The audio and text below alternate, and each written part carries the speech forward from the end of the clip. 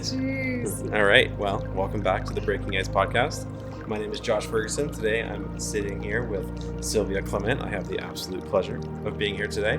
And we're here to talk about a bunch of stuff and learn about her and who she is and what she does. And my wife, Leanna, knows you so much better than I do. So this is my opportunity. Might as well. Might as well. Okay, well, let's start at the beginning. Where'd you grow up? In Toledo. I originally grew up in Toledo, but I would always be out on the land in Willow Lake. It's called Gullo, with my grandparents. I grew up with my grandparents. Okay. Yeah, and which was really cool. May I ask the different, like, why your grandparents versus your parents? I don't know my dad, but my mom. I was with my mom. There's 5 of us, and my mom just had a different life at the time and just couldn't raise me, so my grandma took me. And then 5 siblings. Yes. That is, I can't even imagine. I only have one, and he's a pukey little brother. Yeah, there was 5 of us. 3 of us were given away as an adoption, and 2 are with my mom. But yeah, totally different, and I really appreciated growing up out there. I didn't like it at the time. Toledo? Growing up, like, being out on the land and stuff like that, like always having to go because I want to be with my friends and play. Yeah. Which was really like, being cranky. I have to go on the land. But to think about it now, I am so grateful that I did. Yes. Like, so grateful because I have a totally different life than what I thought I would have had than being in the community, because my grandparents were always out on the land. So I got to learn the experience of how to live off the land and take those with me, and the teachings that I got from all the elders out in Willow Lake, Gullo. And now that I know those teachings and stuff like that, I can pass them on to my daughter and the students that I'm working with right now. So how old were your grandparents when you were growing up? Like, I kind of want to get a sense from what generation they were from. So like, when were they born? I'm not sure if you know that. No. I'm like, don't ask me that. Yeah, they were pretty old. My grandma's 86 right now. 86 So right now. yeah, and okay. I'm 42, so. Okay, so she was in her 40s raising you. Something like that. Yeah. Okay, well, that's cool. I guess I'm curious about the kinds of skills that you were learning out there, and what did growing up on the land kind of give you for your life? To be able to go out and be able to just be on a snowmobile, be on a boat and stuff like that. I hated camp work. I don't mean to say it that way because I would have to do dishes. But if I got up early enough, I can go out with my dad. My grandparents. I don't know my dad, so I called my grandpa my dad. Gotcha. So just for this conversation. Yeah. And that's what it is. I just tell them that. And I always tell people, I'm not even going to go there. So what was your grandmother like? What was her character? Was her and my grandpa, my dad were amazing people. My dad worked very hard. They were hard workers, hard workers, always lived off the land and stuff like that, and took care of me and my 2 cousins, but we're brothers and sisters kind of thing, that we grew up together. And those are my auntie's kids, and I'm my mom's. So she took 3 of us, and it was always 3 of us out there with them. And we would be able to do like beaver trapping and muskrat trapping and shooting a moose. I seen my grandma shot a caribou. Like, it was so cool. It was the coolest thing ever. She would we were out at a fishing camp. Yeah. And we seen like on the Bear River. It was like towards Willow Lake. Okay. Yeah. You have to go on there and then you go up towards Willow Lake. And we seen something. We're like, hey, Grandma, there's something out there. And she looked and she was like, oh man, be quiet. So she got a gun and just got down because my dad was across the lake getting wood. So there was just 3 of us and her. She got down on one knee and just shot this caribou right off, just dead, right, one shot. Wow, just dropped it? Yep, just dropped it. And I was like, holy shit. Had you seen game be shot before like that? Oh, we have, but not by a woman. Okay. So it was like, our grandma's the coolest. And she's like, you better not tell anybody. So it was really cool to see stuff like that, and like just learning how to like do like everyday life skills, how Yeah. to like set snares, how to get fish, and just like it's just Yeah. how do you say it? A Survival skills. privilege. Yeah. Okay. Yeah. It's Yeah. a privilege to know those things, where nowadays it's harder to get our kids out. My girl won't go out on the land like that to do those, and I can teach her some of those things that I know. Not like I remember all step by step, but like I said, there's things that I could know I can survive out. And what kind of lessons in terms of character and personality and whatnot did you pick up from living, like spending time on the land like that? Respecting the land, being able to like know that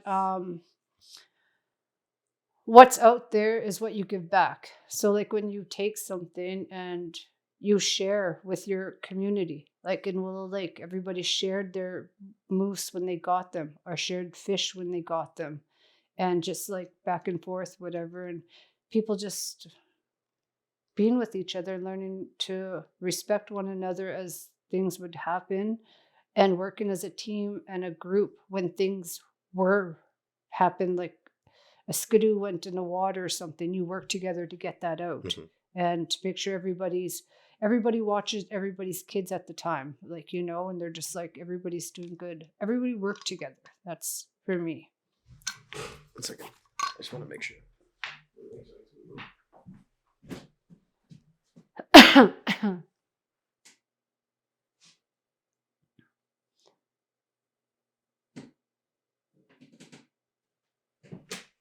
I'm like, what? Perfect. I feel weird, Josh. You're doing great. You're really, really. I'm like, Is it like what are you feeling weird about? no, just talking about stuff that I forgot about. Awesome. That's awesome. That's the coolest thing you can do. Yeah.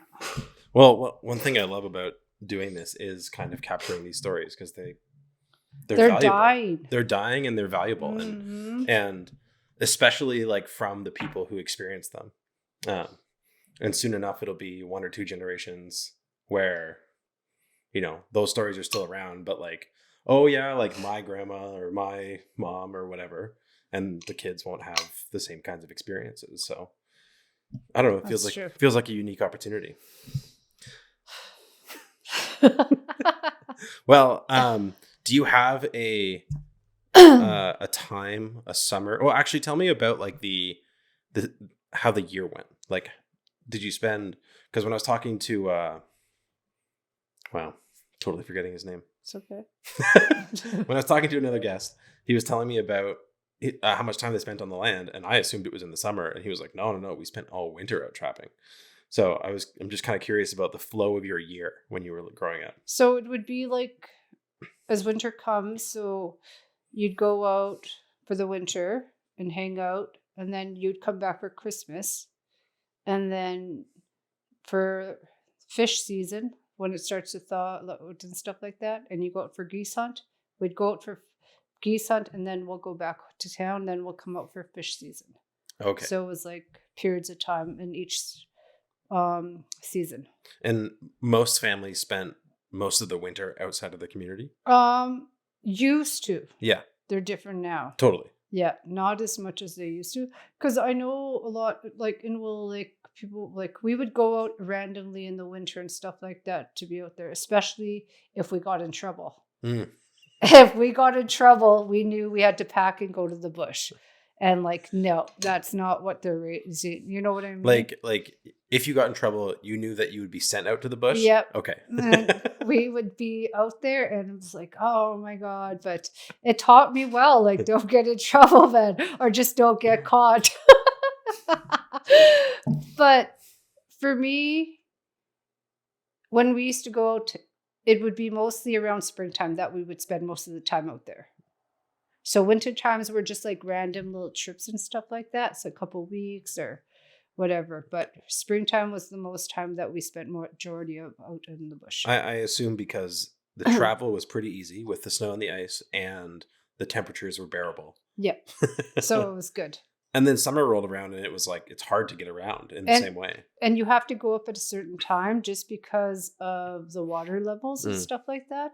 That I remember. But or we go out and then they would do fish season as well. So And just for my own kind of like location, I know where Kelly Lake is and I know where the Great Bear River is. Is that kind of river system that goes up towards Kelly Lake? Is that where Willow Lake is? yeah. So you go from Normal to Toledo up the Bear River, and then you'll go up a creek. And you hang a left, And then that's Willow Lake, and then you'll hit Kelly Lake. I see. Yeah. Okay. And then Lenny Lake. And was Kelly Lake traveled to often then? Yep. Yeah. We used to go there all the time in the summer and do like family picnics or like go and spend the weekend out there and stuff like that. And that's all by boat? Yep. Yeah. Cool. Well, what do you have a time of being in the bush that really stands out in your mind the most? Like maybe like an adventure or something like that was particularly surprising. Like you mentioned with my grandma, that's the best time ever that I can think about. I've had really good times out there. I really enjoyed them, especially when all the community members would come out to their cabins and everybody could just, and then you had friends to play with and just hear laughter and talking, people telling stories and stuff like that. I don't think I fully comprehend how many people would go out at once. Like, would there be like, hundreds of people out at once, or would there be like tens of people? Like, I would say like a little community of Cobble Lake. Oh, okay. So like hundreds. That was just like not hundreds, but like there's probably 1, 2, 3, 4, 5, 6, 7, 8, 9, 10 cabins, and then like a full house of everybody. Okay, that's actually a lot of people. Mm-hmm. Yeah, that was really good. That's really cool. That's super cool. And then when did kind of your time growing up in the bush come to an end? Like, was there like a natural life stage where you went to school or something like that? Yeah, when we like about, I want to say 17 sort of thing like that, where it was just kind of like dying down because I was doing school. I went to school, whatever, back and forth. So like whenever we did, and then I got a summer job to do camp work. And work where? Like out in the bush and stuff like that, like working at like a rig camp. Okay. And when I got a taste of money, I was like, I'm not going to school anymore. I'm just going to work. And my grandparents were like, well, if you're not going to school, you're working, then you're going to do it. Totally. So then I just kind of dropped out and went to work and just made money. And was that like grade? That was like 10, 11 kind of thing that I just kind of like, nah, I'm going to work. I'm just going to make money. And was the camp work like cooking or like what no, I was like, I don't like cooking. I like eating. I was like the housekeeping and stuff like that. Okay. So yeah. But yeah, I got paid good money at a certain age like that. Of course, I'm not going to want to do. And I just thought it was like the best thing ever. So, which was okay. Well, at the time, I'm just like, well, yeah. Yeah, nobody was really, I had really good mentors growing up and stuff like that. I had like Sister Celeste, Colette Labine, like. Tell me about them. They're amazing. Sister Celeste is amazing, like a mom. Like she is like the coolest person ever. I love that woman. And she was always there. She's always there for the whole community. She's been there ever since I can remember, my whole life. You can even ask Bobby Lenny, like she's been there for everybody. It's like doors open and stuff like that. But just like you could kind of walk in and talk to her whenever you needed. No, I just go there and sleep there. And just, there was days where like it's like survival mode for me growing up. Like I'm not saying like I really enjoyed my family and stuff like that, but there was times where they weren't so fun. And I had to be in survival mode most of my lifetime. And that's what it was. And like having the cycle of what was going on in our culture and stuff like that, passed down generation to generations, and cycles needed to be broken. I was in survival mode the whole time, trying to like, I didn't know. And then when I went to work, I was like, same thing. Got a taste of money, not really, I had really good, like Eddie Jr. He was really good as well, like always took care of us, him and his wife.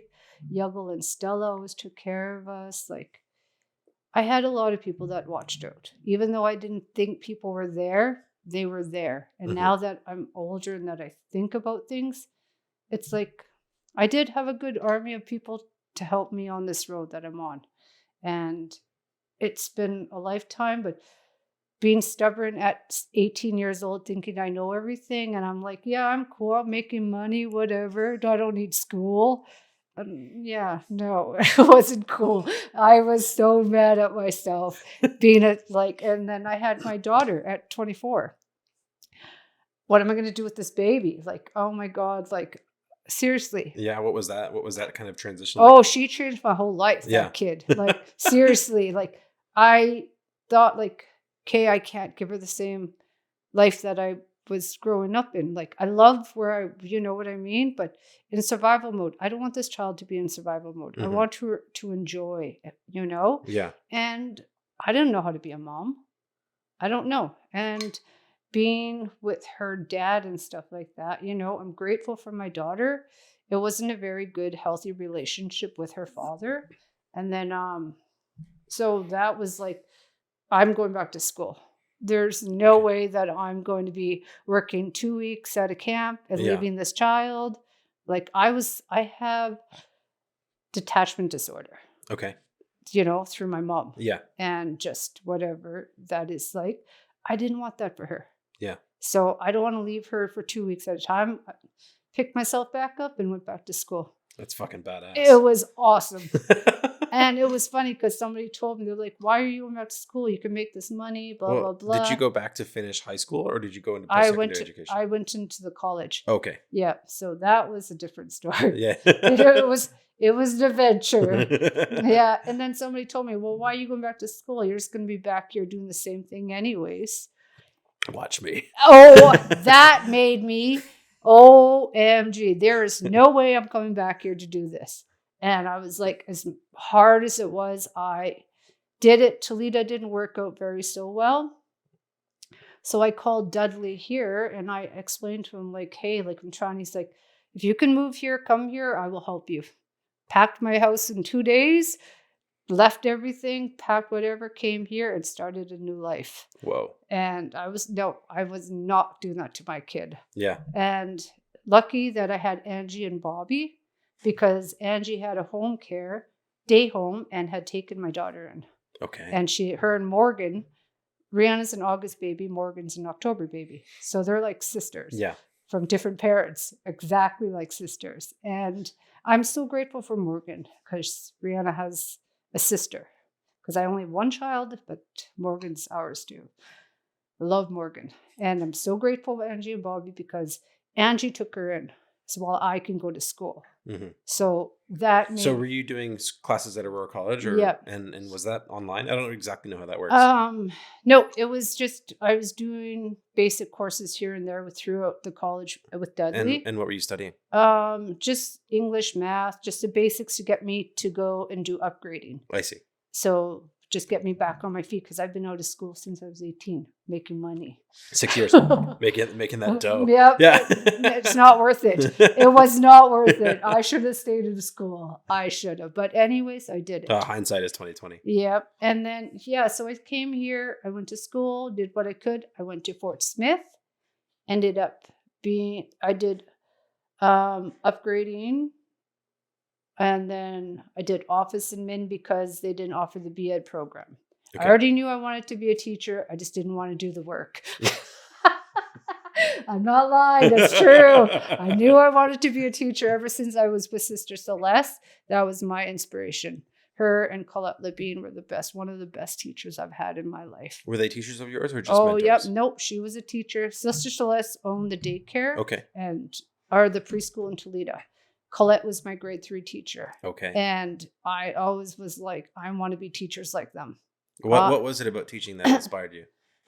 Just the comfort and the love that you give to kids. Mm. And sometimes you just needed a hug. Especially kids who, like you're talking about being in survival mode. Yep. That's exactly why I wanted to do that. Yeah. Because I was one of those kids that had to be like, I wanted a hug every now and then. And then you had to rudely grow up at 24. Yeah. Yes, exactly.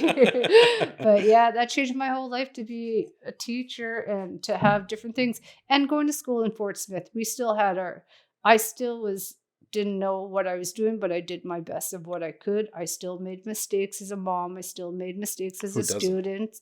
And, and being a single mom out there and trying to do 16-page papers and trying to take care of my daughter as well. And, I've had help here and there and stuff like that. And I'm really grateful. Totally. And, but to actually, do that. And I wanted to give up so many times. I don't want to do this. I want to quit. One time I was like, Why didn't you?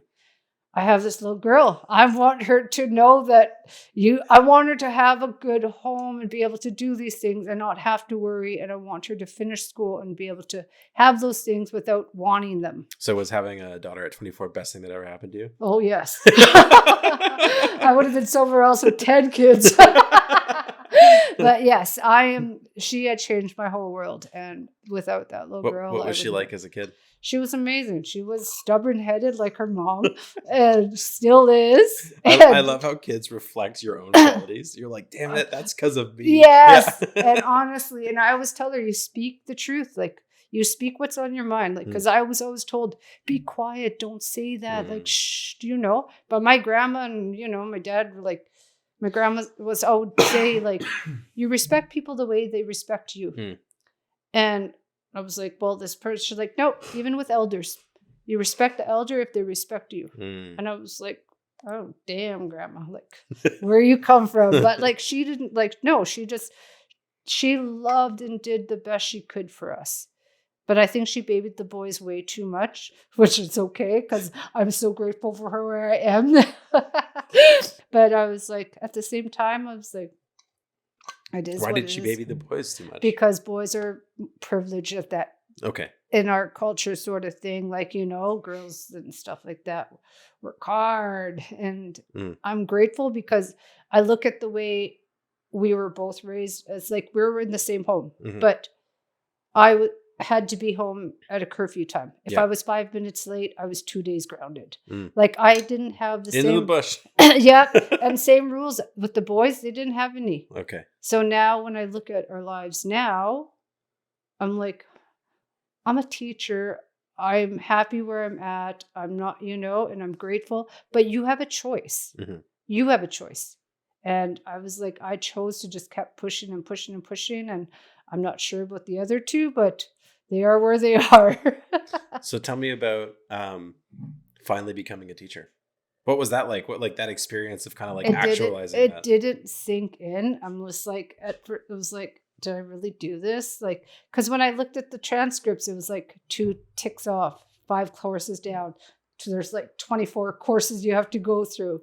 And I was like, hey, I'm never going to get through this. And at the end of that, there was like 1 course done. I was like, I was like, oh my God. And it really hit me. I was like, and I started crying. I was like, I really did all these courses and I just got 1 left and I'm done. Like, what is happening? And then going through the graduation, I was like, I don't want to do this. Can I just get my paper and go home? Like, I don't want to be recognized. No, I don't like, center of attention is hard for me. Yeah. I can't, like, I'd rather be way back there and just go, girl, go, cheer people on, where I'm just like, yeah, like, I'm good. I love you guys. Keep going, man, but it was like to do the graduation. I'm like, oh my, like, I did it. Yeah. Like, oh my God, I did it. And then just the other day we're talking and then they're like, oh, you did 6 years in your job. And Rihanna looked at me. She's like, 6, right on, Mom. Like, you did it. And I was like, we did it. It's not me. It's we did it together. Like, without her, I wouldn't be where I am today. What do you think her kind of witnessing that transformation in you taught her? For me, what I think is, as her growing up, she had to be in survival mode as well. Not as much as I used to be, like I had to be, but she had to be in survival mode as well as time. And then having to deal with all these different things. Like, she is proud of me, very proud of me. And like, what I think is like not giving up on something, but taking a rest. Sit down if you're having a bad day, rest for a bit, get up and start again. So that's where she sees me and like, or like having bad days. And she's like, hey, just like, and sometimes she's like, proud of you sometimes. And I'm like, why? She's like, you work hard. Like, thank you. So sometimes it's hard for me to recognize those things. And I'm just like, oh, I do it because I need to. But I do it because I enjoy it. We'll stick with that. Yes, but it's true. And when did you start? How long ago did you graduate? 2019. Okay. Nice. So that's so cool. And then tell me about being a teacher. Was it like you expected? What they teach you out there is not really what you get in there. So, but even like how you imagined it when you were younger. Oh yeah, it's amazing. I love it. At first, it was like kind of like, I don't know what I'm doing, blah blah blah, and trying to figure it out. And then as time goes, and having good coworkers and people that you can bounce off of, and like, I love my team. My team's amazing. I can go to anybody and be like, hey, like, I need your help. Or like, we go back and forth and help each other and stuff like that. And it is awesome. And I need that because I'm a visual learner. And with paper, I'm like, oh my God. I'm like, teach me, tell me what to do. And they'll explain to me. I'm like, okay, I get it. But it's like, if I read it, I'm like, okay, but I need to be seeing that. And then that's where I see with a lot of kids in our classrooms. Some of them are like, and I'm like, okay, you're like me. I'll do it the other way. You know? So for me, I love my job. I need it to be back at work. I need work. It grounds you. It does. Yeah. It makes me a better human, I think. Do you think ever since you started college and like that process is what formed that relationship with needing work? With what? Say like that. when you had your daughter and then you were like, oh shit, I need to get serious. Yeah. And then you kind of like got into that mode of like depending on work to keep you motivated. Do you think that's where that came from? It seems like I answered my own question. Yeah. For me, I feel that I've been a worker since I can pick up a broom or anything. Yeah. So I've always had to have that, or then I get bored, then I get in trouble. So I had to, like, for me, like, just being at home, because I'd take a year off of work and just doing that.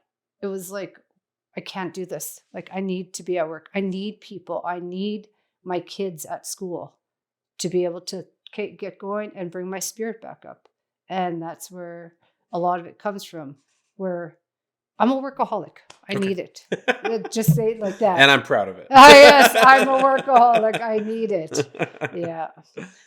I was gonna ask, what do the students teach you? What do the students teach you? Patience. Obviously.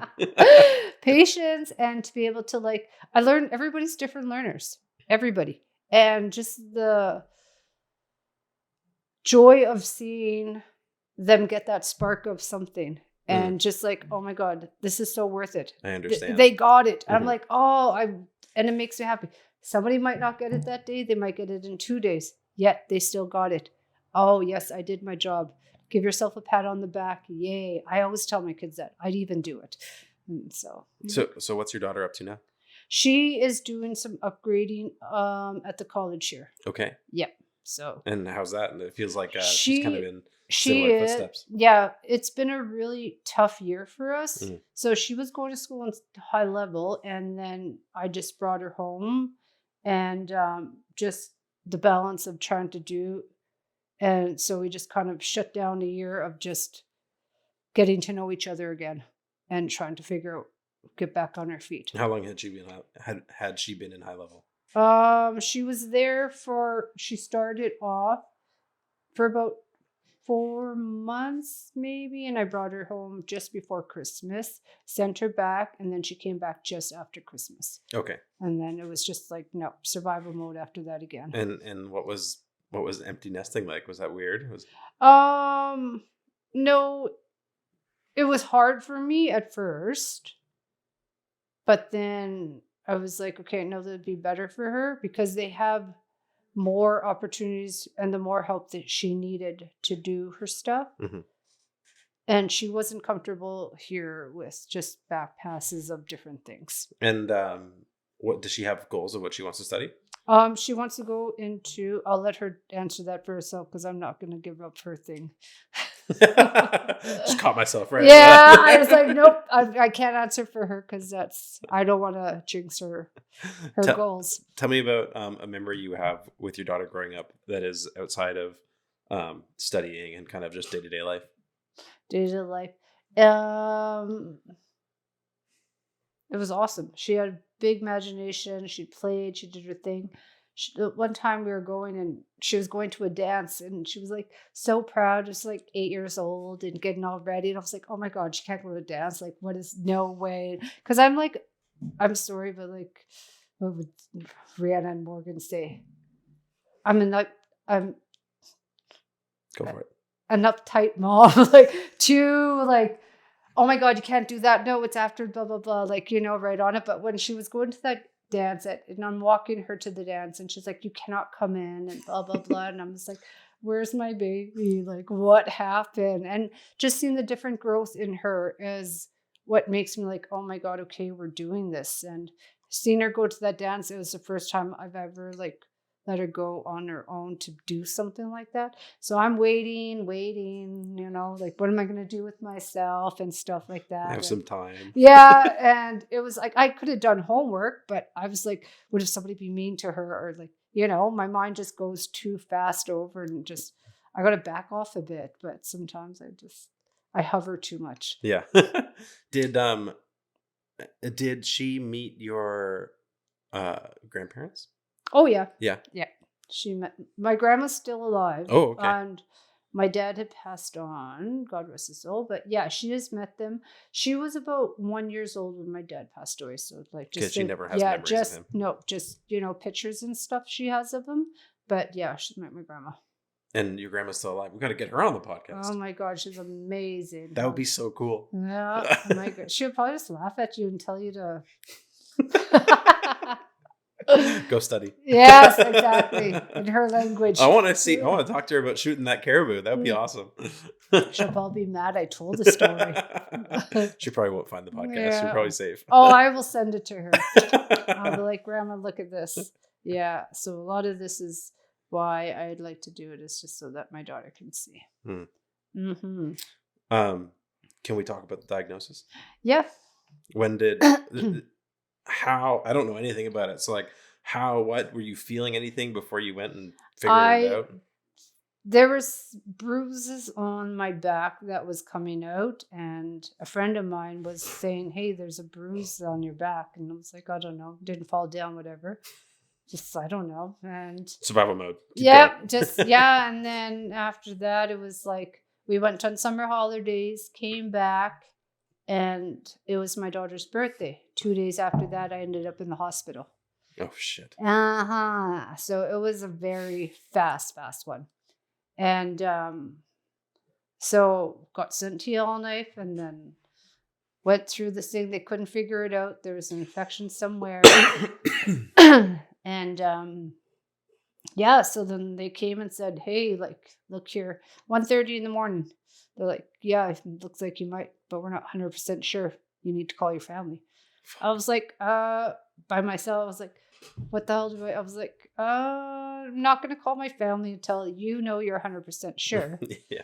So I was like, what do I, like, I didn't know. I don't know what to do. And then my friend Christine Gaudette came that morning because I needed a few things because I didn't bring all my stuff. And were you medevaced?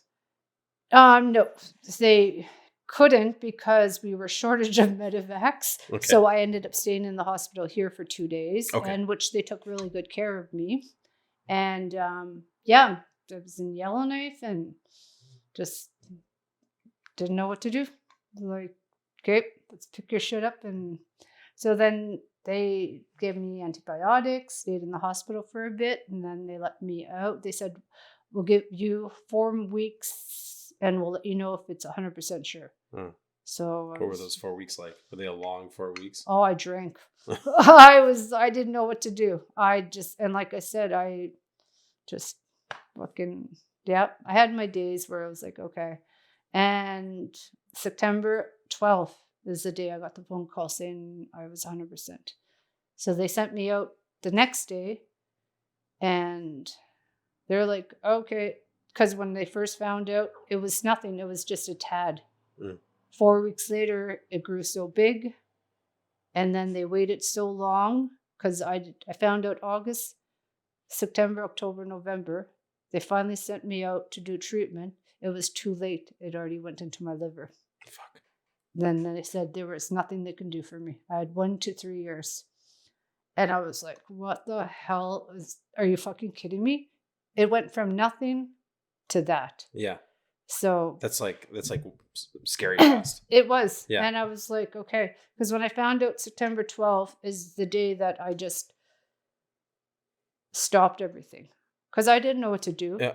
Sorry, on September 12th, you found out that it had gotten way worse? Nope, that I had cancer. To begin with, yeah. Yep. And then when they sent me out the next day, that's when they seen that it went bigger. Because it was nothing to, like, a little piece to that. So tell me about kind of like your mindset and at least maybe your mental health or your emotions when you found out you had cancer, from that drastic period to being like, oh no, 1 to 3 years. Like what was that roller coaster like? Leaving my kid. It was hard. It was really, really hard. But I was like, okay, how do I do this? What do I do? And if it wasn't for my cousin Amelia, that woman is amazing. Like, her and I, like, she's my cousin, but she's like my sister. Yeah. And she helped me through the whole step by step, like, what do we, like, and then the girls that I had on my back, they all know who they are. They're from, all over the Satu. Yeah. Everybody came together. And then having the whole crew come together, like all the people that, I didn't think, crew that came to my house for meetings. It was a big shock for everybody. And for me to actually do that, because I had a meeting at my house with a bunch of friends, close friends of mine, and everybody pulled through to help me. Wow. And came to my house to cook for me, and I had to do treatments. Like, I didn't know anything. And having to go and get an ostomy bag on the first day, it blew off. It was awful. It's a lot to learn. It was a lot to take in for the first 4 months of doing treatment and stuff like that. Because when I found out, and then I did my treatment in November. Well, wasn't it unclear that you could be helped? Yep. So they just So when did that switch for you, where you were like, nuh-uh, we're gonna fight this? When I started to go and reach out to the elders. Because I called Delaney, well, my mom did, and I asked a couple elders from Delaney to do a prayer for me and ask the community. And then I went home. Were you present for the prayer? No. Okay. And so when I went home to Toledo, a lot of the elders came to me and started telling me what to do. So I was like, well, how? And they're like, just, and then having odd things happen that were really weird. And it actually is true. I believe in the spirit world. What odd things? Just things you can hear, like, if you feel comfortable, can you dive into them? It was like, you could, like, elders from Willow Lake. Like elders that passed on. Oh, okay. And it's like I can hear them. And it was weird. It was like, no, do this. Get up. Do this. And I'm like, I don't want to. And I'd fight myself. I don't want to. I was like, fucking, I'm done. This medicine's going to take me out. I couldn't barely walk. It was really bad. And then when those started happening, I would actually start getting up. And I thought about Rihanna. I can't leave her like this. I got to make sure she's set up. So then started asking more for prayers. So I asked the community here before I went on my treatment to do a feeding of the fire. And just that. And then having the people that came around, I was like, oh my God, like, even though I don't think people are there, they're actually there. Yeah. And what really hurts, because it's like, I know I'm not alone, but it's hard for me to be like, hey, I need help here. But if I really do, I would. I've asked a couple of people to help me with traditional medicine because I couldn't get out on the land. They were more than welcome to help me, which was awesome. And I'm like so grateful for that. And a lot of people had told me what to take, what to do, how to do it. And it's like a learning process of, and the first 4 months was the hardest. Mm. Like, I honestly hated life. I hated everybody. I hated, just that deep dark. And they are right. You do go in a deep dark area. No and kidding. And I didn't think I could get back up. And then just having people come over, drop off a few things. I had Nikki bring me a calendar with some food and a card. I was like, and then opening the card, it was like a beautiful little pop-up card. I was like, those little things. And then Kara, Peachy, and Janelle. I feel like I can't go. There's pop-up cards. Yes, I can. And then Janelle and Kara brought me like these 10, 15 cards or whatever. And I still have some in my backpack. So on hard days, I will go and open one. You carry them with you? Yeah, I just opened one. They're not all opened. Oh. Yes. So when I have a bad day. I couldn't possibly resist not opening them all. I just wait because I was like, no, there's going to be a day where I'm by myself and I need to cry. I'm going to open a card and it's just a lovely message inside them. That's so cool. And just those things of having everybody, and then Mackenzie Mountain School and their team, our team and stuff like that. Everybody's been pulling in and just having the support of each other. And for me, it was really like I said, I'm not alone. When I thought I was. Mm. And even though I don't see them all around and I don't talk to everybody every day, I know they're still there. And I really hope that they're still praying and thinking about me, because what I found out was my first round of medicine wasn't working. Mm-hmm. Then I just found out another one that they're not working. And then I had an episode in Edmonton, which was really stupid. One of the Dr. Smiley had signed off and gave me 130 ounces of chemo when it's supposed to be 48. Twice. So I got 6 rounds in 1 month. Jesus. It was really bad. It was brutal. And they made a mistake. And now they're telling me that round wasn't working. So they're trying another trial run. So I'm on pills now. So there's basically nothing they can do for me, but just live your life now. So that's all. I'm just in survival mode. And then somebody once told me, said, you make cancer look so easy. I was like, you mother? I was like, are you serious? I was like, you have no clue what goes behind my door. And Rihanna, I'm grateful because when we went out for the summer, because I was like, I need to go back to work. I can't do this. So you didn't work last year, did you? I took a year off. Yeah. Because I was in treatment and I didn't know what treatment was going to be like. I didn't know, and it was hard. Yeah. And I'm not going to lie, it was very hard. But like I said, having people around and even though hey, quick text message of and especially Marty and Bea would come to my house and bring Charlotte. Charlotte would sit at the table while Marty Ann's cooking me dinner because I'm by myself. My mom had to go on medical with my daughter. Christine came and spent the night with me because I'm on chemo to make sure everybody pulled together. Laurel came, spent the night with me. Just people put themselves out just to come and do that for me. And I'm like, you don't have to. They're like, no, they want to do it to help. And clearly you've had an impact on people. Previous to I love cancer. People. I love people. I'm crazy, but I love them. Well, yeah, that's crazy. I don't really know how to relate. It seems like you have a common theme in your life, at least from what I've learned today, of 2 things. 1, survival mode. Yep. Then 2 is feeling alone, but actually you have a massive support network. Yes. Yeah.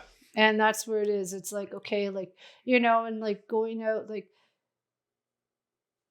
I'm done telling the story.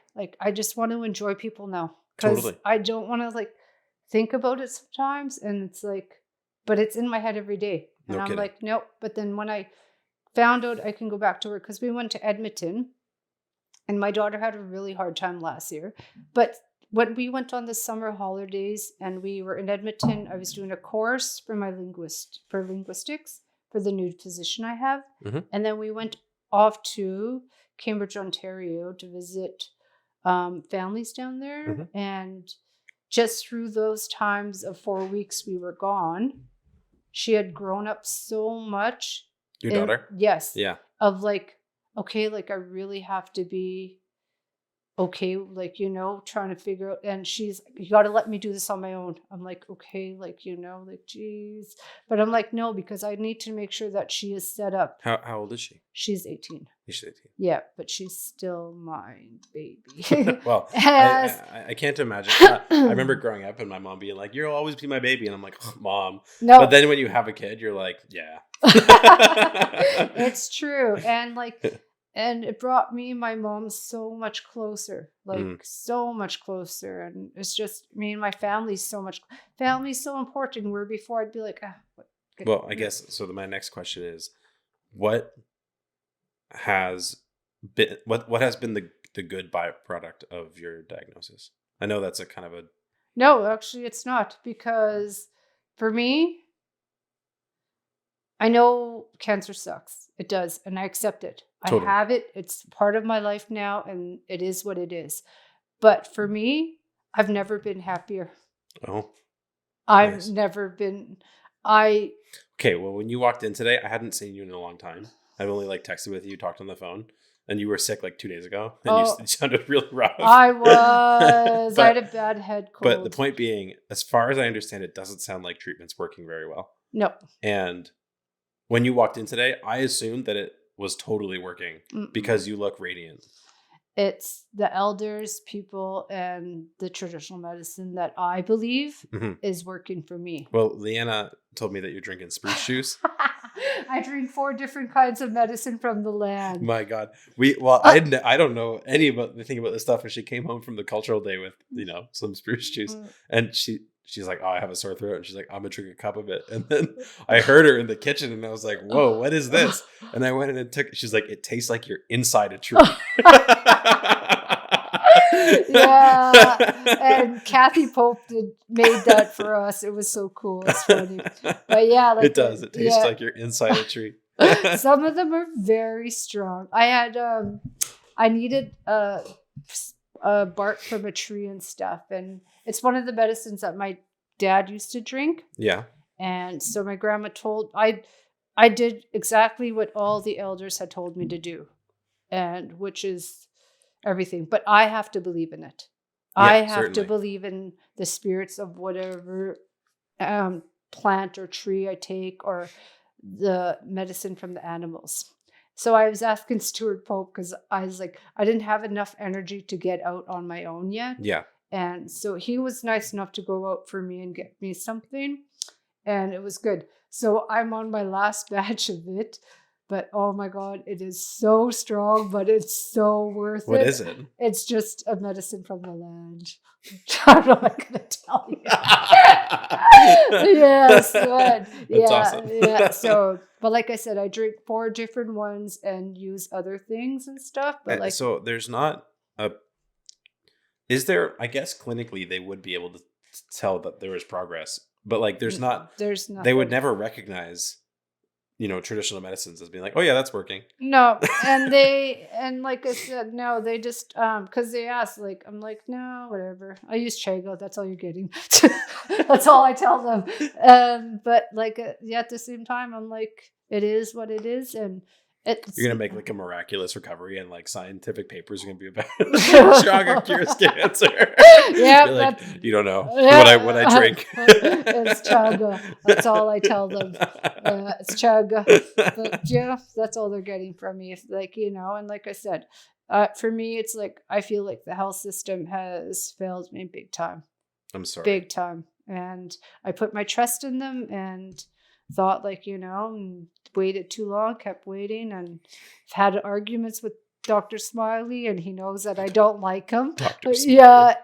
And is he a joyful character, or is that just his name? No, that's his name. That's too bad. Yeah, it is. And he knows it. And I'm not gonna lie, he knows that I don't. And no, that's I honestly, and for me, it's like my grandma always says, if you have nothing nice to say, don't say nothing.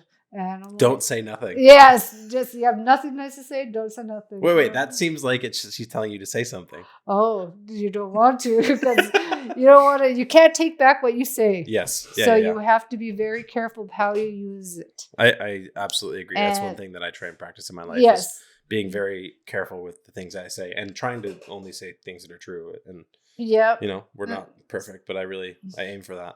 And it's true because sometimes it's like, I'm just gonna walk this way while you stand there. And don't follow me. Yes, I just like no. And sometimes it's and for my daughter, she'll say it like it is, and sometimes I'm like, you can't. She's like, why can't I? I was like, that person treated me bad, so I'm gonna say it. I'm like, okay. She's like, you taught me to say what I need to say. I'm like, damn, damn, like and sometimes she's like, no. I'm just like, okay, like, and it's true, like. I just say what you need to say, but make sure that you try to be careful of how you say it. Yeah. Is where, and she's like, I'm still learning. Well, there's you can like give people feedback and try and say the same thing and say one like in a very harsh way and one in a well-crafted way and have completely different results. Yes. And it's true, but I was like, okay. So like, but yeah, I do have my days where like, I can't do people or, and I'm going to say something. And that's for me. It's like, I love everybody. I love my people. I love the people that have been supporting me. And I'm so grateful for it because without that, I wouldn't be the way I am. And how, like, when that person told me, man, you make cancer look so easy. I'm like, really? No, I am who I am and I'm going to be always, but when I have a bad day, that's the days I lock myself in my house. Yeah. And I just, and Rihanna knows it. She'll be like, I'm like, I don't feel, she's like, okay, nope. Then she'll cook and, she'll help. She's grown up like so much to be able to like help and stuff like that. But I need to know that she's going to be okay. Like if anything, and I don't know how many times, like, I feel like I'm on a time bomb limit. Like, but for me, I am grateful where I am. It sucks that I have cancer. But like I said, I've never been the happiest I've ever been because I'm more comfortable in my own skin without the alcohol, the cigarettes, you know what I mean? Yeah. And to actually just be me, which is awesome. Yeah. And I'm not in survival mode anymore. Yeah. And I enjoy it. Well, I was like, when you walked in, I was like, she looks great. And I feel great. Yeah. And like I said, I do have my days and stuff like that. But like, and for Rihanna seeing that, and she's always like, I'm so proud of you, Mom. I'm just like, I'm proud of you. I'm proud of us. Like, we got this girl, like, but the days when and I always tell her, like, she's like, well, it sucks you have cancer. I said, you know what? It may suck that I have cancer, but I could have been gone in a truck accident. I could have been gone and left you with, and now I have the opportunity to make sure that you are set up. Yeah. Without me. Yeah. So that's where I'm the most grateful for. Yeah. Like so what a grateful. Blessing. Yes. Yeah. And that's what it is. I'm like, nope. And it does suck it sometimes, but it's like, nope, I'm grateful that I can still be able to help her channel where she needs to be. Well, as a rather distant observer, I'd heard about your journey through Leanna and whatnot, and your courage and your striving has inspired me. It's very impressive, and it's beautiful to watch. And I feel really lucky to have had this chance to sit down with you and get to know you more. And just over the last couple of weeks of interacting with you, I remember, I think everyone knows, but Sylvia was our cause for Brisket Fest this year. And oh my God. Well, I called you. When Josh called me, I was like, I don't want to. But I am so grateful. For me, center of attention is hard. Yeah. Very hard. And so I called my friend Maury and I'm like, Maury, can we go for a ride? She was like, yeah, no problem. And I love her because she just like. This is after the call? Yeah. Like I called her yesterday and I'm like, I need you. Like, and she always, they're like everybody that they just come and help or like I go and sit or whatever. And now that I've been so busy, like, gone for the summer, coming home, slowly getting back into work, starting new treatment because I did my scan. It was very heavy.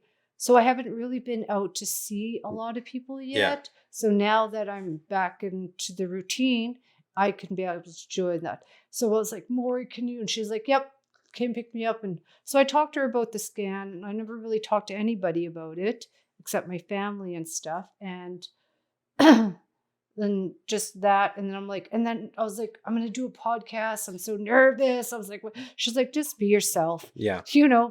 Just be yourself. And I'm like, but I want to say thank you to everybody that really put an arm and a leg and to help with this brisket fest, the cooks and you setting it up, and everybody that came out to support me was amazing, because I was struggling to think like, oh my God, winter's coming. What am I doing? I'm finally just getting back on my feet. I haven't been working for a year. So this basically set me up for the winter to be able to do fuel. I can pay for my fuel and put a big chunk. I'm good now. I don't have to worry about because I'm just getting back on my paychecks. Yeah. So now I'm back on that. I'm like, okay, I'm good. Like, I'm not saying like but bills were set for life. Thinking that I'm getting back on my feet. So Totally. I really appreciate it. I am so grateful. And I just was like all emotional yesterday. And Rihanna was like, what? And I was like, I got a brown paper bag of money. And so I just, put it all towards all my bills now that I'm like, I can pick myself back up and start fresh again. When I think I called you after we started cooking the briskets, and I wanted to just call you and tell you how the cook went and all that kind of stuff. And you answered the phone and you were like so sick. And I was like, oh shit, she's not going to make it like to Brisket Fest. Yes. And I wish you could have, because, and I'm sure you do too, but you rallied more people than we've had come and eat before. And that's what really hurt me, because I was like, Mom, and she was like, I was like, can you just please go? Did you get some food? Oh, I made my mom go. And her and Rihanna, so it was nice. I was like, can you please? I was like, I need that brisket. And she was like, okay, because she doesn't like big crowds as well. So then her and Rihanna went, and it was really good. And my mom's like, I'm so glad I went. Sylvia, she's like, people love you. Like, I just see. And Rihanna's like, Mom, you should have seen. I was like, I wanted to go. And I was like so heartbroken. And so what'd you think? Was the food good? It was so good. And I was like, why didn't you get more fries? And then I asked her, I was like, did you get different kinds of meat? Like, you should have got two. And she was like, I didn't even know what I was doing. Just be happy. I was like, okay, thanks. Like, but it was good. It was really good. But I was so sad because I love to go to those things. Yeah. I love to be a part of the community when it happens. And I was like, oh my God, why did I have to get sick? But it is. Yeah, the briskets, this was our third year doing it. Yes. And it was our biggest year yet. And that was wonderful. And we had 12 cooks, and it was awesome because, we just put the call out and just people sign up, and then we tell them what it's for. And then once I told it what it's for, even more cooks signed up. Oh, I was like, thank you, everybody. Like, seriously, like, I don't know how to give back. You don't have to. Just a good thank you and a big lots of love. And when the time is right, little things will come here and there. Yeah. But for me, I'm just so grateful because, like I said, it's been a really tough year. Like, even though, like, I act like, oh, yay, I'm great. But deep down inside, it's like, I'm hurt. Yeah. That, and it makes me sad. But at the same time, it makes me like, oh, okay, like, no, like me and Rihanna, let's, do this, or like go out and see the girls, or like go out and be, go to Annie's and have coffee, or like when they do their singing bowls and stuff like that, hey, I'm like, yes, like, and like I said, now that I'm back on my feet and trying to like, and it is what it is, and I'm just going to enjoy every day as I could. That's awesome. That's incredible to hear. If there is anything that me and my family can do to support you, please let us know. We'd be more than happily cook you meals. Just love me. Well, that's all I tell people. I was like, love me. But the point being is, if you need something, reach out. I definitely will. I honestly will. Like I said, stubborn as I am, I will. Yeah, but I will. Well, it's a growth opportunity. I know, right? And so it's like, why don't you? I'm like, no, I don't need to. I could do it. And I'm like, but at times where I do, like I said, there's times where I just can't do things because I don't have enough strength to do them, and I definitely will. But at times I'm like, no, I need to do this because I'm challenging myself. That's how I look at it. Like, no, I'm challenging myself. I'm going to walk to the store and I'm like, I could do it. Like I even jigged when I was in Toledo for the big hand games. And I didn't think I could. I thought I was going to pass out. I was like telling my body, I was like, don't you dare pass out. Just let's do this. And it was amazing. I was so proud of myself. And then to see all the elders and I had like Delaney people were there. And I'm like, I'm so grateful for Delaney and, and Toledo and the prayers that everybody's been doing for me and what they believe in. And not everybody believes in prayers. They might believe in the spirit world and stuff like that. But to be able to still have that energy come and help. And like with Rihanna's stepmom and her grandparents, like Cora's parents and stuff like that, they've been a big help as well with Rihanna and I. And they're still part of our family too, which is really cool. And having that as well, I know that Rihanna's good and set up, but I still want to enjoy what I could with her. You should every moment. Is there anything that you want to put out there just as like a closing? I just want to say thank you to the Norman Walls for doing the Brisket Fest and to be able to come together and throughout this whole journey to say thank you. And to Lisa and Delaney, like Sira and Masi, like from my heart, without all that support and having those and the people in Fort Smith, like my crew out there and family that I built out there while I was going to school as well.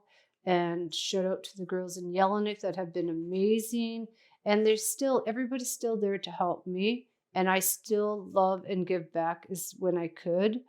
But like, I just thank you to everybody. Like, honestly, you have no clue. Like, it's been a tough one, but fuck, I did it. Well, it has. I'm honored to have gotten the time to sit down with you, and thank you for coming on the show. And I expect that this will be one of our most viewed episodes.